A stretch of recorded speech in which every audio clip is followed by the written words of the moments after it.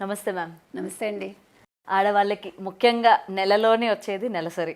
ఇది అందరికీ తెలుసు. బట్ ఏంటంటే ఈ నెలసరి వచ్చేటప్పుడు ముఖ్యంగా ఆడవాళ్ళని దూరంగా ఉంచడం, పూజలు చేయకూడదని చెప్పడం, అండ్ వాళ్ళ ప్లేట్లు వాళ్ళకి సపరేట్‌గా ఇచ్చేయడం, వాళ్ళ గ్లాస్ వాళ్ళకి సపరేట్‌గా ఇచ్చేస్తారు.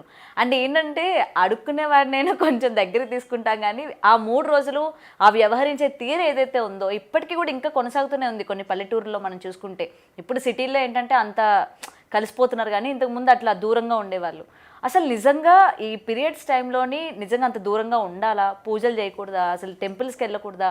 అండ్ మెయిన్‌గా ఫంక్షన్స్‌కి కూడా వెళ్ళకూడదా మ్యామ్? అంటే దీనికి ఒక రీజన్ మీరు అంటే సైంటిఫిక్గానే మనం మాట్లాడుకుందాం. నేనేమి ఆచార వ్యవహారాలు నేను మాట్లాడను. ఎందుకంటే దీన్ని పెట్టడం వెనక ఏంటంటే ఇప్పుడు మీరు 3 రోజులు మీకు చాలా ప్రాబ్లం ఉంటుంది. పూర్వం ఎట్లా అంటే ఉమ్మడి కుటుంబాలు. ఉమ్మడి కుటుంబాల్లో మీకు తెల్లారు లేస్తే పనులు చేయకుండా అవ్వదు. ఆడవాళ్ళు ఎస్పెషల్లీ తెల్లారు లేస్తే రాత్రి వరకు. అందుకని ఒక 3 రోజులు వీళ్ళని పనుల నుంచి తప్పించడానికి ఎస్పెషల్లీ ఆ టైంలో మనకి చాలా పెయిన్ ఉంటుంది, చాలా ప్రాబ్లమ్స్ ఉంటాయి, చికాగ్గా ఉంటుంది కాబట్టి ఒక రూమ్ ఇచ్చారు. మేమందరం కూడా చిన్నప్పుడు ఒక రూమ్ ఉండేది మాకు. సెపరేట్ రూమ్ ఉంటుంది. ప్లస్ మనకేంటంటే పొద్దు నుంచి రాత్రి వరకు అన్నీ వాళ్ళే ఇస్తారు. అందుకని తప్పుగా నాకు అనిపించలే. ఒక రకంగా రెస్ట్ అది. అంటే మనం పడుకోవచ్చు. ప్లస్ అన్ని భోజనం మా అన్న తెచ్చిపెట్టేవాడు నాకు, మా కజిన్. భోజనం మా ఇండ్లలో అయితే మగ ఆడ ఇది ఈ టైంలో అలా ఏం ఉండేది కాదు. అబ్బాయిలు పని చేయకూడదు అసలు మా ఇంట్లో అది తెలియదు. That way I don't have any problem. కాబట్టి మా కజిన్ పెట్టేవాడు నాకు. అంటే అమ్మమ్మ వాళ్ళ ఇంట్లో ఉండేదాన్ని. ఆ మడి ఆచారాలు అంతా ఉంటాయి, అది వేరు విషయం. కానీ ఈవెన్ ప్యాడ్స్ కూడా he use to give me you know. ఆ రోజుల్లో ఐఎమ్ టాకింగ్ అబౌట్. మీకు ఇంకో విషయం చెప్తే ఆశ్చర్యపోతారు. నేను అమలాపురంలో చదువుకున్నా. మా నాన్నగారు బాంబేలో ఉండేవాళ్ళు. నన్ను బాంబేలో వేశారు స్కూల్లో, కానీ నేను చదవనన్నా అక్కడ. అప్పుడు మళ్ళీ మా ఊరు తీసుకెళ్ళిపోయారు. మా అమ్మమ్మ వాళ్ళ ఇంట్లో పెట్టారు. పెడితే ఫస్ట్ మనం అవుతాం కదా. అయ్యాక మా నాన్నగారు మా అమ్మగారి చేత నాకు ఆ రోజుల్లో కేర్ఫ్రీ బాంబే నుంచి పంపించారు. Can you believe? ఓకే. మా ఫాదర్ ఎంత ఫార్వర్డ్ అంటే యూ కెన్ నాట్ బిలీవ్. అంత ఫార్వర్డ్ ఆయన అంతా కూడా అన్ని విషయాల్లో. నేను ఎప్పుడూ కూడా ఫారిన్ గూడ్స్లోనే పెరిగా.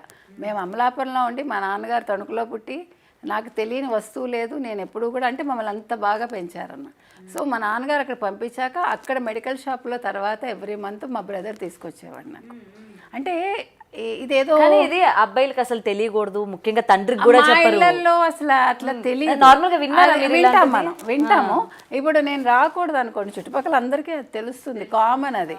సరదాగా మాట్లాడతారు, అన్నీ చేసేవాళ్ళు. కాకపోతే ఏంటంటే ఇప్పుడు మీరు అంటున్నారు కదా, ఇప్పుడు మీకు ఇటీవలి కాలంలో మెన్స్ట్రువల్ టైంలో మాకు లీవ్ కావాలని అడుగుతున్నారు. మరి ఎందుకు అడుగుతున్నారు మీరు? అది అడగకూడదుగా. నేను అనేది ఏంటంటే మన ప్రైవసీ మనకు ఉండాలి ఆ టైంలో.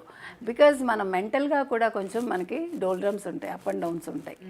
కొన్నిసార్లు తలనొప్పి వస్తుంది, కొన్నిసార్లు చికాగ్గా ఉంటుంది, కొన్నిసార్లు బర్స్ట్ అవుతాము. సో అంటే బాడీ తీరు అందరిది ఒకలా ఉండదు. So definitely we need a break. అటు పని నుంచి కావచ్చు ఇటు. అందుకని ఆ 3 రోజులు దూరంగా ఉండడం వల్ల వచ్చిన నష్టం నాకు కనిపించలేదు. ఇంకా అది నాకు పాజిటివ్గా అనిపించింది.